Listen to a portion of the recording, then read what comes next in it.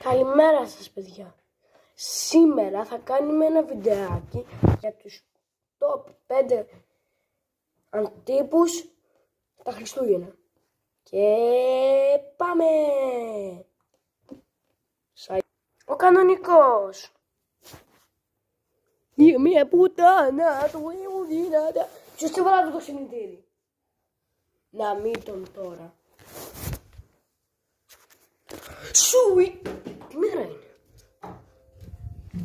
Πήρα τώρα. Περίμενε. 24 ήταν εχθές.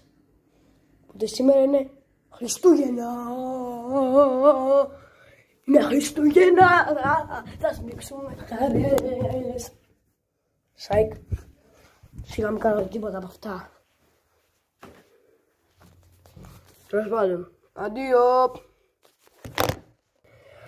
Το κανονικό είναι ότι σμίξανε χαρές. Παίξανε PlayStation. Βαφτήκανε και ό,τι μαλακίες μπορείτε να φανταστείτε. Επόμενος. Ο ή ανώμαλος ανώμαλη. Πάμε. Μέρα είναι σήμερα. Τι? Μέρα που φυλάμε γυναίκες. Πάμε.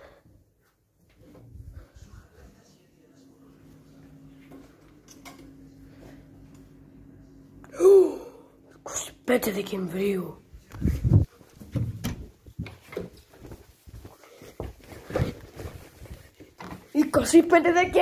Είναι 25 Δεκέμβρη, μέρα που φυλάμε τη γυναίκα μας. Αχ, συγγνώμη. Δεν κάνω για αυτή την παράσταση. Αντίο. Δεν είναι για μένα που είμαι ανώμαλος.